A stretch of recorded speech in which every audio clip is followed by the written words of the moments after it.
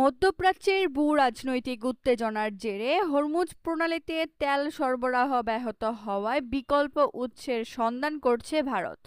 উদ্ভূত পরিস্থিতিতে বিশ্বের তৃতীয় বৃহত্তম তেল আমদানিকারক ও ব্যবহারকারী এই দেশটি এখন মার্কিন যুক্তরাষ্ট্র থেকে জ্বালানি তেল ক্রয়ের পরিমাণ বাড়ানোর কথা বিবেচনা করছে।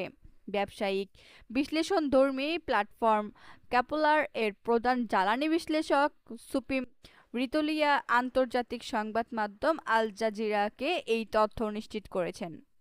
সুমিত রিতোলিয়া জানান, বর্তমান সংকটের মাঝে ভারতের কাছে তেল ও গ্যাস রপ্তানি বাড়ানোর মতো পর্যাপ্ত সক্ষমতা যুক্তরাষ্ট্রের রয়েছে। তবে তিনি সতর্কবার্তা দিয়ে এটিও উল্লেখ করেন যে মার্কিন যুক্তরাষ্ট্রের এই অতিরিক্ত সরবরাহ কোনোভাবেই মধ্যপ্রাচ্য থেকে আসা জ্বালানির সম্পূর্ণ বিকল্প হয়ে উঠতে পারবে না। অর্থাৎ মধ্যপ্রাচ্যের তেলের ওপর ভারতের যে বিশাল নির্ভরতা রয়েছে তা পুরোপুরি মার্কিন তেল দিয়ে পূরণ করা সম্ভব নয়।